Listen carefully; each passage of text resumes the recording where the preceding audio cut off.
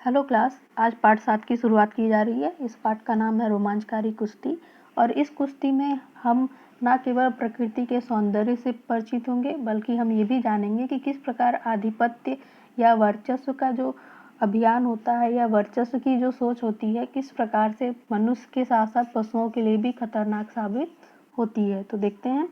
एक दिन जेम्स साहब अपनी नील की कोठी का निरीक्षण कर रहे थे। इतने में इन्हें खबर लगी कोठी से कुछ दूर पर शेर ने गाय मारी है।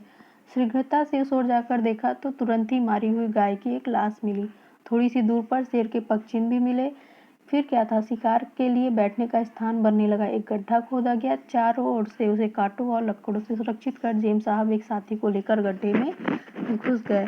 तो जेम्स साहब जो उस कोठी के मालिक थे, जब वो अपनी कोठी का निरीक्षण कर रहे थे तो उन्हें पता चला कि कुछ देर वहीं पे दूर पर ही शेर है जिसने वहां पर एक गाय को मार दिया है। क्योंकि शेर एक आक्रामकारी पशु होता है तो उससे अपनी कोठी की रक्षा करने के लिए, उसके आसपास के लोगों की रक्षा करने के लिए जेम्स साहब ने सुरक्षा के उपायों के साथ एक गड्ढा बनवाया और उसमें अपने साथी के साथ बैठ गए। 10 बजे रात्रि का समय होगा। अर्धचंद्र बादलों के क्षीण टुकड़ों से टक्कर लेता हुआ छिप छिप कर अपने मार्ग पर जा रहा था। यहाँ पर समय बताया गया कि 10 बज चुके हैं और अर्धचंद्र यानी आधा चांद बादलों के छोटे छोटे झीने झीने टुकड़ों से टक्कर लेता हुआ छुपता छुपाता अपने रास्ते पर जा रहा था। दूर, काफी दूर पर रात की नीरवता में गंगा की धारा कल कल अनवरत रूप से जमाई सी लेती सुनाई पड़ती थी। दूर, काफी दूर रात की जो शांति थी उसमें गंगा की धारा जो कलकल की आवाज़ थी, जो लगातार कलकल आवाज़ कर रही थी, पानी की आवाज़ हो रही थी। ऐसा लग रहा था जैसे गंगा की धारा जमाई ले रही है, उसे भी नींद आ रही है। ठंडी हवा का झोंका जैसे ही लंबी घास में अटखेलियां करता निकला वैसे ही जान पड़ता मानो रात्रि देवी के हृदय से एक ठंडी कपकपाती सी आग निकल रही है। जैसे ही ठंडी हवा का झोंका चलना शुरू हुआ ऐसे लगा कि वहाँ पे ठंडक का माहौल और बढ़ गया है और ज़्यादा ठंडक हो गई है। सहसा नदी किनारे से चकवे की पुकार निस्तब्धता को भंग करती पर शीघ्र ही फिर नीरवता का राज्य फैल जाता है। दूर कहीं अचानक नदी के किनारे एक चकवे की पुकार होती है जो एक बार रात की शांति को भंग करती है और उसके बोलने के बाद फिर वहां पर शांति छा जाती है। गड्ढे में बैठे दोनों आदमी सजगता की प्रतिमा बने प्रकृति की छटा देख रहे थे।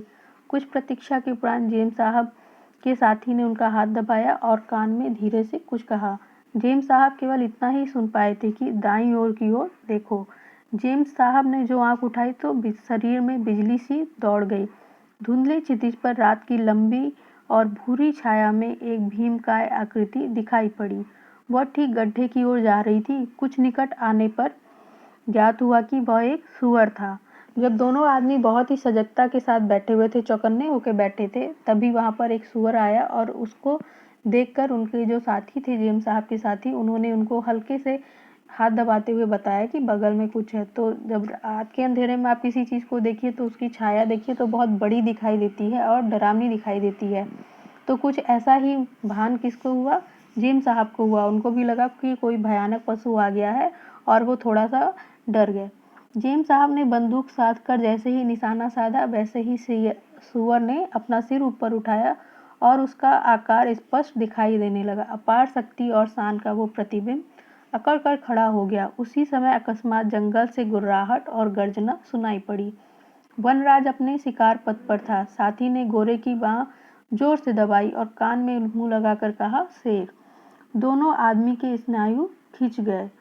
उत्सुकता से दिल की धड़कन बढ़ गई। शुक्रराज चौकन्ना पर लापरवाही से खड़े थे। उनके ढंग से प्रतीत होता था कि उसका रोम रोम कह रहा है, यहाँ कुंभड़ बतिया कोऊ नाई। यहाँ पर जब दोनों व्यक्तियों ने शेर के आने की आवाज़ सुनी तो दोनों व्यक्ति डर गए और उन्होंने डर कर अपनी सांस खींच ली।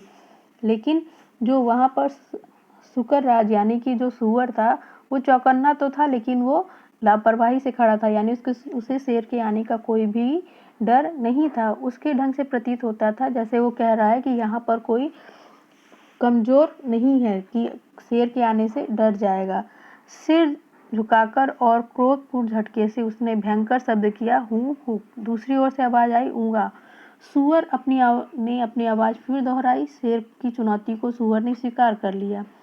शेर ने और भी भयंकर गर्जना की। मार की उसने भी चुनौती पर अंतिम निर्णय कर लिया। तुरंत ही अखाड़े में बलशाली शेर कूद पड़ा। शेर क्रोध से भिन्नाया हुआ था, ओठ पीछे खींचे, मूछें खड़ी थी, दांतों का प्रदर्शन करते और पूंछ को अपनी बगलों में मारते हुए युद्ध और विजय की इच्छा से शेर आघात करने को आ खड़ा हुआ। यौवन की उन्मत्तता में नदी की बाढ़ के समान वह किसी को गिनने वाला नहीं था। तो यहाँ पर बताया गया है कि शेर किस प्रकार से उसकी चुनौती को स्वीकार करता है और उसके बाद उनकी चुनौती को स्वीकार करने के बाद अपनी शक्ति का प्रदर्शन करते हुए वहाँ पर आ खड़ा होता है। तो आज के लिए इतना ही क्लास। Thank you.